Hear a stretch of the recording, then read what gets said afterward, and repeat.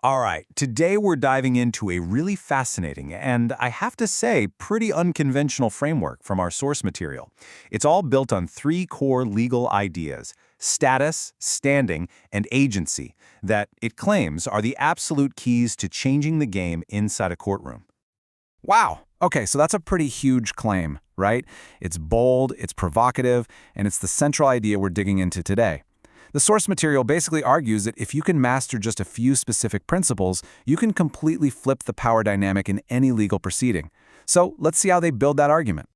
So, here's how we're going to break this all down. First, we'll look at the building blocks, what the source means when it talks about status, standing, and agency.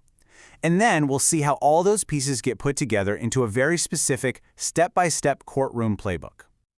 All right, so let's get right into the foundation of this whole strategy. The source material is really clear on this. These three terms, status, standing, and agency, they're not just some dusty legal jargon. They're presented as actual levers of power that you can pull when you're inside the legal system. The very first pillar, and the one the source says is the most critical of all, is your legal status. This isn't just about, who you are. It's presented as the fundamental operating system that decides which rules, which rights, and which obligations actually apply to you. Now, this is a really crucial point in the argument. Think of it like this. Your status is the lens or the filter that the entire legal system uses to see you. And according to this theory, if you let them give you the wrong status, you're playing by the wrong set of rules from the very beginning. And look at these examples here. The source provides these to make a really important point. Each one of these, U.S. citizen, resident, American national, carries a totally different bundle of rights and responsibilities. The big idea here is that your legal identity isn't set in stone. Knowing which one to claim is your first move. And this really gets to the heart of it. The source claims you're faced with a choice. Are you going to operate under the laws of the Republic, as they put it, as a private man or woman, or are you going to operate under the statutes of the corporation as a legal entity? The framework says that by declaring your status up front, you get to choose the rulebook. Okay, so if status is all about which rulebook you're using, standing is basically your ticket to get into the game in the first place. The source material presents this as a critical checkpoint. If the other side doesn't have standing, the argument goes, the whole case should be thrown out right then and there. Now, these are the three official legal hurdles for standing. But here's the twist. This framework uses them as a weapon. The strategy is all about putting the other side, usually the prosecutor, on the defensive, and challenging them to prove on the record that they can clear every single one of these bars. Okay, this next piece of the puzzle, agency, is maybe the trickiest one to wrap your head around. The source presents it as this kind of invisible string that connects you, the living, breathing person, to the legal fiction that the court really wants to deal with. At its core, agency is just about who has the power to act for someone else. But here's the radical idea in this framework. The legal system just assumes by default that you're willingly acting as the agent for a legal fiction, a corporate entity that just happens to have your name. And this is where that straw man idea comes into play. It's a huge part of this framework. The source is saying there are two of you. There's the real you, the living man or woman, and then there's your name written in all capital letters.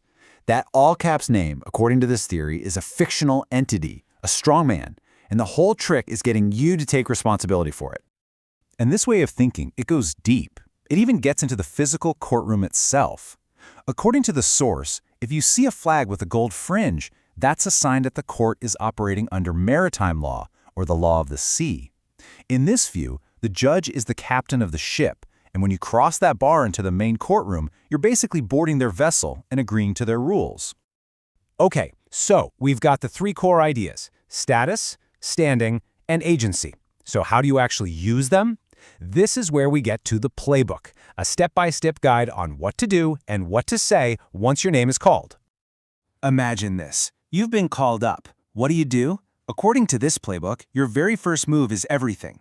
You have to establish your role, your capacity, before you do anything else, and it advises you to do this from the gallery, before you even cross the bar.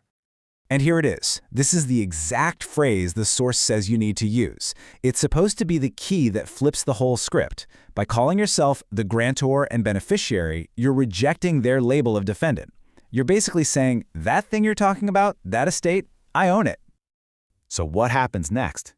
The source says the judge is going to try and trap you, Asking for your name isn't a simple question. It's designed to get you to agree, on the record, that you are the defendant on the paperwork. But the playbook has a counter for that. But instead of falling for it, the playbook says you do a complete 180. You don't even answer the judge. You turn to the prosecutor and put all the pressure right on them. You're demanding that they prove they have a real claim, not against the fictional defendant, but against you, the man, the owner of the estate. The burden of proof just got shifted.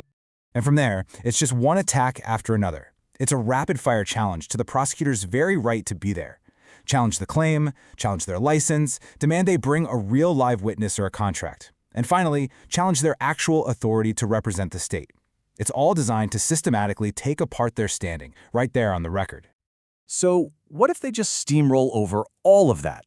What if the court just ignores you? Well, the framework has one last kind of a Hail Mary play in its back pocket. It's a move designed to create a massive conflict of interest for the judge. By saying this, the theory goes, you're essentially hiring the judge. You're making them your trustee, which means they are now legally required to protect your financial interests. And according to this idea, a judge can't be an impartial referee and your personal trustee at the same time. It's supposed to force them to step away. So when you put it all together, what's the big picture? The whole strategy is about refusing to play their game.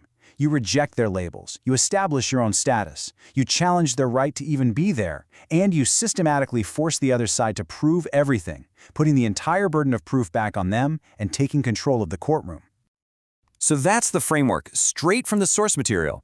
It's a strategy that completely sidesteps the facts of the case, questions of guilt or innocence, and focuses entirely on procedure, on authority, and on jurisdiction. It leaves you with a really thought-provoking question, doesn't it? What does it say about a system if its authority can be questioned just by redefining who the players are?